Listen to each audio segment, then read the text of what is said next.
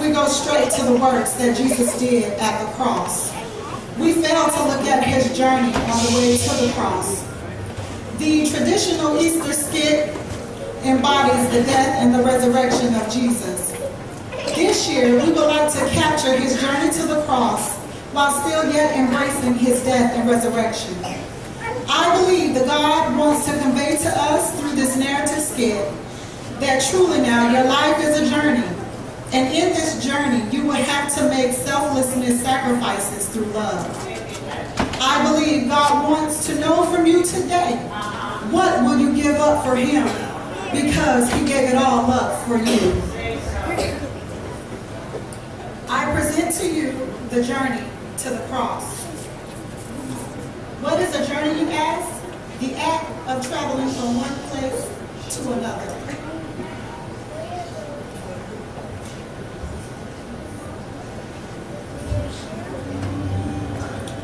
I can imagine God's conversation with Jesus before he made his journey from heaven to earth. Jesus, I need you to go to earth and show all mankind the true definition of love and the true meaning of selflessness and sacrifice. Father, what is the true definition of love and selflessness and sacrifice? My dear son, it is you. You will have to endure the pain of losing someone you love, loneliness, betrayal, rejection, lies, being misunderstood, mocked, insulted, spat on, flogged, and killed.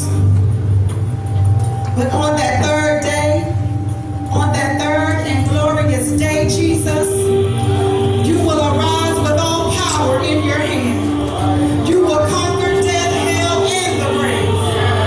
Father, I will do as you say, but I do not know if I will be able to bear it all. My son, all will have a cross to bear. I will send encouragement along the way to remind you that I gave all I had, my dear son Jesus, and you will give all you have, your life. My dear son, then and only then will all mankind truly understand the definition of love and the true meaning of selflessness in sacrifice.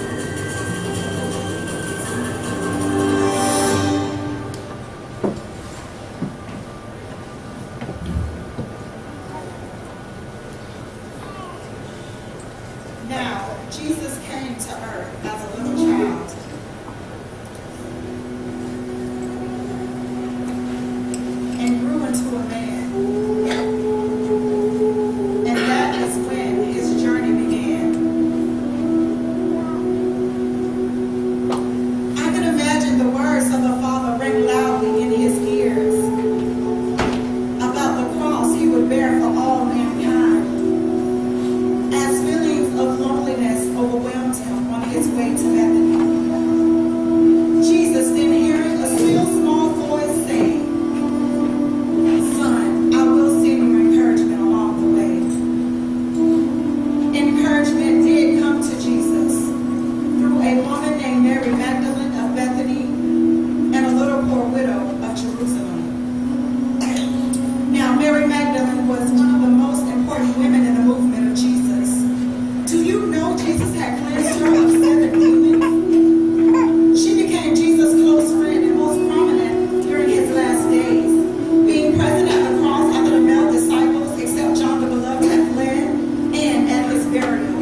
She was the first person to see Jesus after his resurrection. Mary, yes, she was the one who took a pound of ointment of spikenard, very costly I add, worth a year's wages, and anointed the feet of Jesus, and wiped his feet with her hair. And the house was filled with the fragrance of the ointment. I tell you, the house was